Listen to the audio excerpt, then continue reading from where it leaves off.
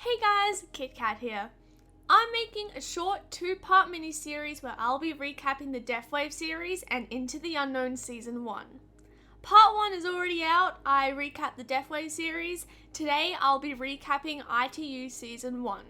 Into the Unknown Season 1 is a machinima series consisting of 17 episodes. It follows the story of Ellie Turnbull, who wakes up from cryosleep 25 years after the Deathwave. The Deathwave ended with a deadly virus wiping out over 99% of humanity.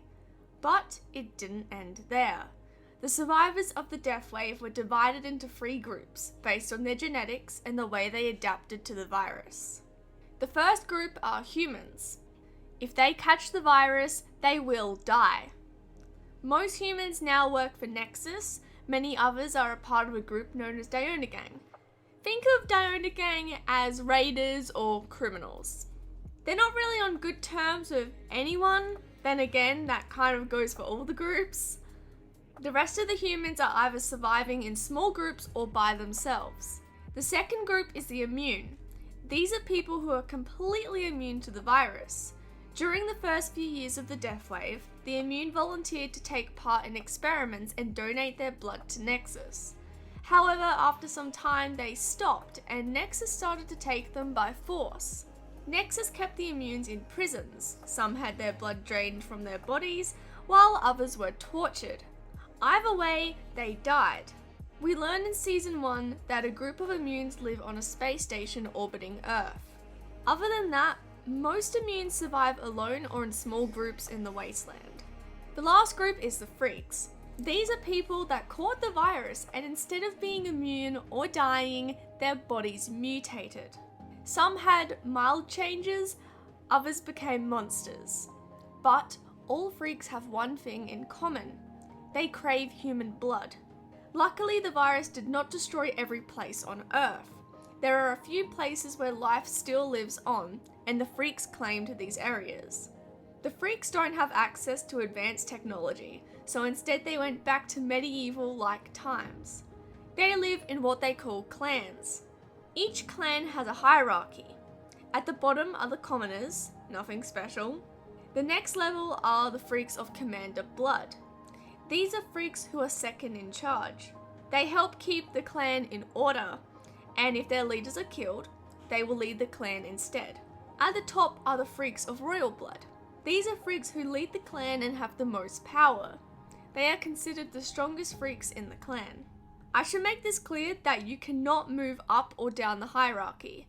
Your blood determines where you are on the hierarchy. Now that we've covered the groups in this new world, let's start recapping the season.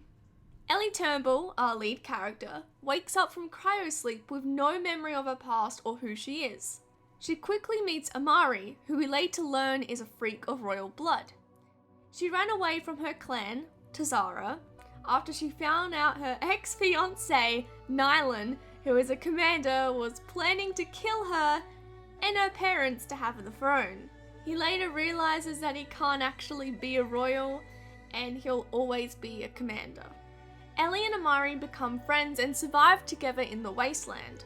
In episode 1, they decide to attack a human camp, after we learn that Amari has a brother named Leo who was kidnapped by them. They take it down, and Ellie saves Leo. Thinking that Amari had escaped, she and Leo left the camp. The next episode, Ellie realizes they'd left Amari behind. She goes back to the camp, and she's gone. She and Leo go on a hunt for Amari and run into a new character named Samuel Ridge. He is an immune living by himself in the wasteland. And for some stupid reason, he decides to help Ellie find Amari. Meanwhile, Amari meets Jackson Carter. Now this man's story is interesting. Alicia Evans is now the lead scientist at Nexus. Mateo Carter is the co-leader at Nexus working alongside Stefan Shen. Guess what happened in the Deathwave Part 3?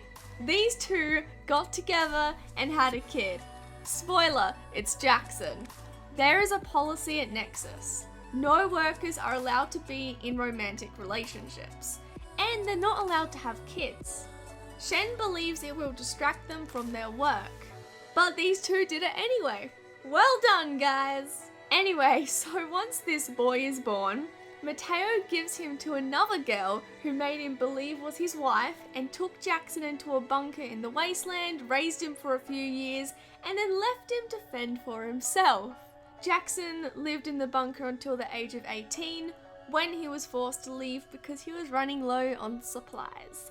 Jackson decides to help Amari find Ellie and her brother because he's just that lonely.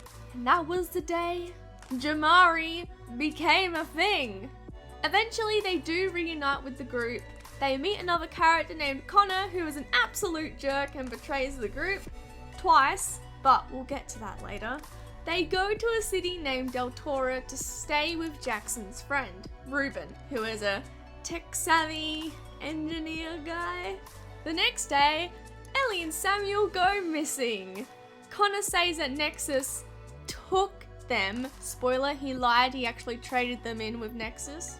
And the group decide they need to break into Nexus to save them because apparently that's a good idea. And so Amari and Jackson go to his bunker to get a map of the inside of Nexus, while Connor, Ruben, and Leo prepare weapons.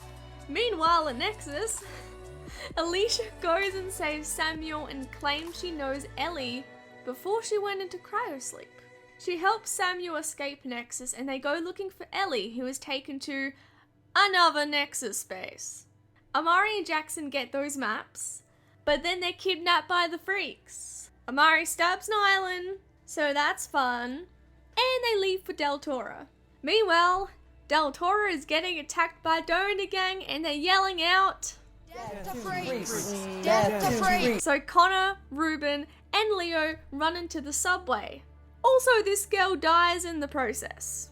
Amari and Jackson get to Del Toro, meet the others in the subway, and they go off into the distance, into the wasteland. Here's something that doesn't make much sense. They happen to run into Samuel and Alicia who are flying a helicopter in the wasteland. That's a coincidence. They say a quick hello and pick them up and leave the region to find Ellie. Long story short, they find Ellie, she's okay, yay, but then it rains and now Leo's dead.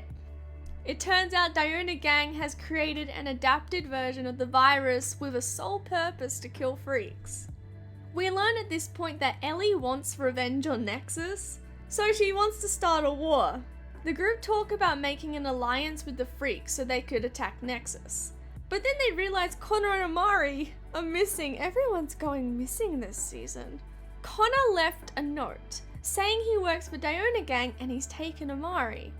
Guess what happened to Amari? She was injected with the same virus that killed her brother. The group argue a bit because no one wants to save Amari but Jackson. Like, Ellie, I thought you were best friends with her. So Jackson leaves anyway to save Amari and the rest of the group leave to make the alliance. Jackson saves Amari and while they're leaving, they hear something from a radio. Nexus was broadcasting a message to humans warning them about a nuke that will be dropped on the region in less than 48 hours. So the two leave for Tazara, realize the alliance failed horribly, and the others are about to be killed. So they save them, and they all leave as if nothing ever happened. Until they talk about the nuke. And now they need to figure out how they're going to survive. Finally, at this point, the group learns that Amari is really sick. It's clear that Jackson wants to go find some medicine that Alicia said may save her at an abandoned Nexus base, but the others have a plan to somehow repair a spaceship and go to the space station where the Immunes live because Samuel has a sister living there. So the group say their goodbyes and they go their separate ways. Also, can we just acknowledge the fact that Alicia still hasn't realized her son is in this group? Amari starts to go numb in parts of her body. She goes blind towards the end before she sadly dies. Most heartbreaking death in the season. She had so much potential. The ship known as Jamari has now been destroyed. The people are depressed and Jackson also dies from the nuke. If only he went with the others. Okay, no, I'm joking. They find the medicine it starts to help her, and they get into a bunker under the Nexus space right before the nuke goes off. So, they're alive and well. Meanwhile, the rest of the group repair the rocket, but then Alicia betrays them and leaves for Nexus. Ellie, Samuel, and Ruben run to the lowest level of this space station base thingy and hope that the radiation won't kill them. And that, ladies and gentlemen, is what I call a cliffhanger. It's not as good as season 2, but it's still okay. And yeah, I think we've recapped everything. Episode 1 of season 2 will be out real soon. Be on the lookout for the trailer and stuff like that. If you want to know more about this series, go and watch the episodes. There is a lot I've had to skip over because otherwise we'll be here for way too long and you guys will get super bored. Anyway, that's all from me and I'll catch you guys in the next video. Bye guys!